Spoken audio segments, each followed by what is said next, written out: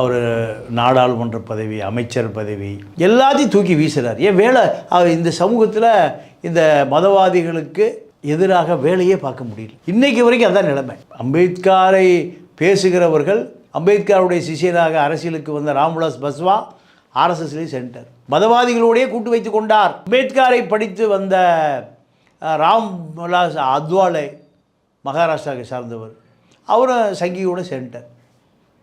ஊதா சட்டை கழட்டி போட்டுட்டு ஊதா சட்டைக்குள்ளே காவி சட்டையை போட்டுக்கிட்டார். அப்போ இவர்களெல்லாம் அம்பேத்கரையும் கன்ஷிராமையும் ஏமாற்றுவதற்காகவே படித்தவர்கள். அம்பேத்கரையும் கன்ஷிராமையும் படித்தவர்கள் கண்டிப்பாக மதவாதிகளோடு கூட்டணி வச்சுக்க மாட்டான். இந்த ஒடுக்கப்பட்ட மக்களுக்கு தன்னுடைய வாழ்நாள் கடைசி மூச்சு வரை போராடிய அம்பேத்கரை படித்தவன் எவனோ சங்கியாக மாற மாட்டான். இப்போ டெல்லியில் ஜீவன், தமிழ்நாட்டை சேர்ந்த ஜீவன் கன்ஷிராமை பற்றியும் அம்பேத்கரை பற்றியும் பல மேடைகளில் பேசிகிட்டு இருக்கார். அவர் மாயாவதி கன்ஷிராமுடைய பாதையிலிருந்து விலகிய காரணத்தினால் மாயாவதி என்ன ஆச்சுன்னே தெரியல.